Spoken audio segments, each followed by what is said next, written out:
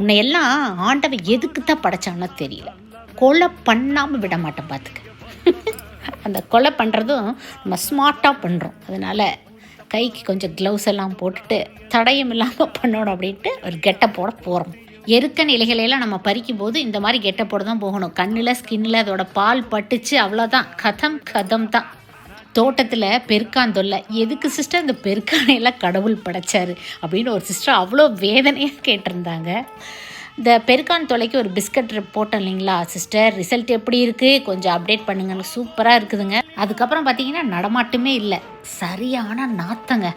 செத்து சமாதி ஆயிட்டாங்கன்னு நினைக்கிறேன். உள்ள புதுசாக குழி வங்கு பறித்த மாதிரி எந்த அடையாளமுமே இல்லை. அந்த வாடையுமே பார்த்தீங்கன்னா 1 day தான் இருந்துச்சு. அதுக்கப்புறம் எதுவும் இல்லை. செலவில்லாத கார்டனிங் டிப் ஒன்று, எருக்கன் இலைகள் பூக்கள் தண்டுகள் அந்த பாலோட அப்படியே போட்டு வச்சோம்னா அந்த ஸ்மெல்லுக்கு எலி பெருக்கான் வராதுன்னு தெரிய வந்துச்சு. பார்க்கலாம் எப்படி ஒர்க் அவுட் ஆகுதுன்னு. Happy gardening.